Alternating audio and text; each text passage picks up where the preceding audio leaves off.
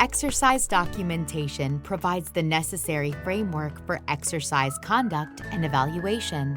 In FEMA's Master Scenario Events List, or MSEL 101 video, we discussed what a MSEL is and the events that make it up.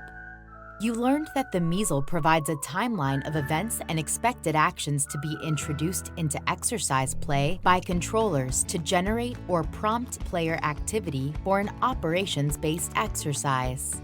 This video will discuss the development of a MSEL, including how objectives inform MSEL development and drive evaluation, strategies to develop individual events, building a MSEL using an example scenario, and tools for MSEL development. Objectives and evaluation criteria. Objectives are the foundation of exercise play, driving control, simulation, and evaluation. They define specific goals, provide a framework for building the scenario, inform exercise planning activities such as MSEL development, and provide evaluation criteria. Linking each MSEL event to an objective keeps the scenario focused and provides an opportunity for all objectives to be addressed. By the time you begin to develop your MSEL, the exercise planning team and subject matter experts will have already determined the necessary events to drive exercise play. The planning team will use the capability targets and critical tasks outlined in the Exercise Evaluation Guide to assist their development of the exercise scenario narrative and MSEL. Let's take an example objective from HSEEP to explore MSEL development further. Demonstrate the ability of Central City staff to receive and notify appropriate parties utilizing Central City's notification system regarding a hazmat spill within 15 minutes of initial notification, in accordance with the Communications Annex in the Emergency Operations Plan. Now that we've reviewed the example objective, let's discuss strategies to develop individual events. In the MSEL 101 video, we discussed 3 types of events that make up a MSEL: injects, expected player actions, and contingency injects, sometimes known as ad hoc injects. To develop an event, exercise planners should review the details of an event, create a timeline which addresses who, what, where, when, and with what result, link the event to exercise objectives, and tie the event to plans, policies, and procedures.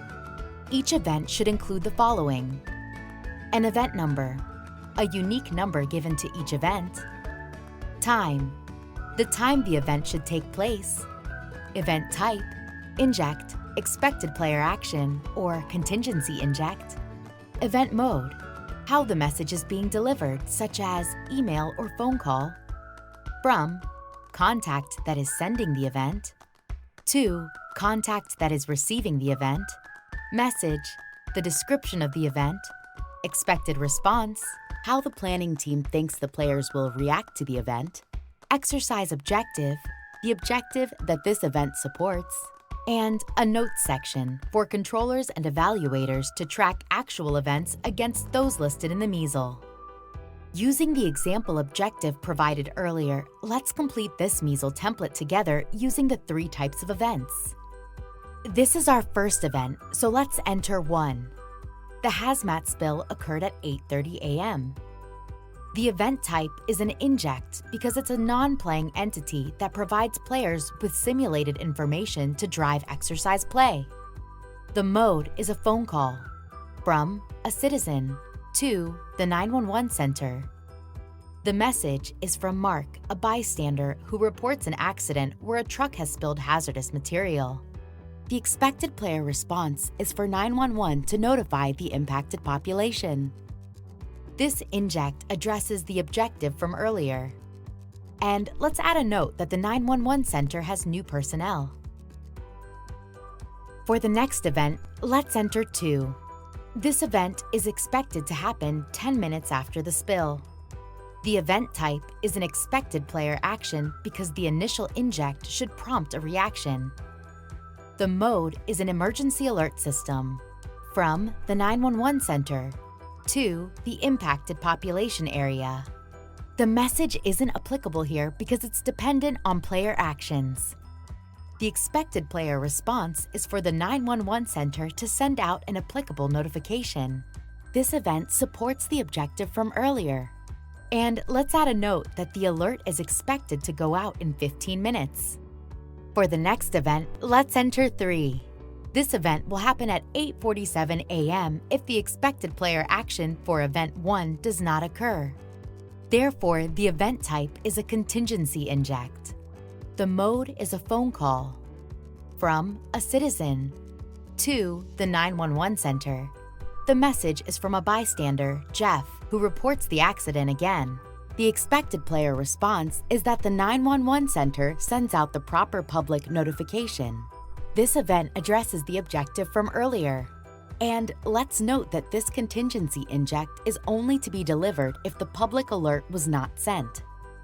Let's explore some additional events that would occur later on the timeline based on this same scenario. Since other events have happened since we've skipped ahead, we are now on event number 18. The time is 11:40 a.m. We are inserting another inject to drive exercise play, which is an alert from the Weather Service to the Emergency Operations Center, or EOC. The Weather Service said that heavy winds are expected from the south within the next hour of the exercise location. It is expected that the EOC will start plume modeling and provide the updated information and recommendations to Incident Command. This event supports an additional exercise objective. Let's add a note that there is a large apartment complex to the north of the incident site that will need to be evacuated. Since you want to utilize the apartment to the north, you should consider using simulated weather to ensure that the plume would go that direction. Next is event number 19, which should occur at 11:45. This expected player action should happen by radio or phone from the EOC to the Hazmat Incident Commander. Again, we don't know what the message will be since it depends on the player actions. The expected player response is for the EOC to notify the incident commander that the apartment building needs to be evacuated based on the plume modeling. This event supports the exercise objective. There are no notes for the expected player action. Our last example is event number 20, which will occur at 12 p.m. This is a contingency inject, so it will only be put into play if the expected player action does not occur. The mode will be a phone call from the apartment complex manager to the 911 center. The message will report a smell around the apartment building and some people coughing and feeling nauseous. The expected response is to decide whether to evacuate the building or shelter in place. This event supports the exercise objective. We should note that this contingency inject is only to be delivered if the Hazmat Incident Commander does not decide to evacuate the apartment building. Various strategies can be used when creating a MSEL. One option is to start at the beginning of the exercise, identifying key events through to the end. This allows you to create a timeline in chronological order. Alternatively, you can start at the end of the exercise and work back to the beginning, identifying outcomes and determining the steps needed to complete each event. Creating a MSEL is tough work, but thankfully there are several tools available to help ease the process of developing one. Consider creating a timeline using sticky notes to brainstorm events. You can also develop a MSEL using threads of various disciplines to ensure adequate and appropriate play for all involved. Once you've established events and are ready to populate the MSEL, you can access exercise development resources from FEMA's Preparedness Toolkit, or PREP Toolkit, a secure online collaborative environment intended for exercise practitioners to design, develop, and conduct exercises.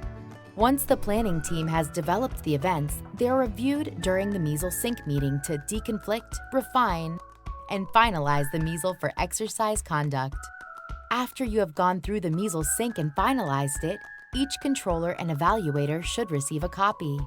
Now that you are familiar with strategies for developing a MSEL, how to populate a MSEL with events, and know where to find tools to help make the development process easier, you are ready to create a MSEL of your own.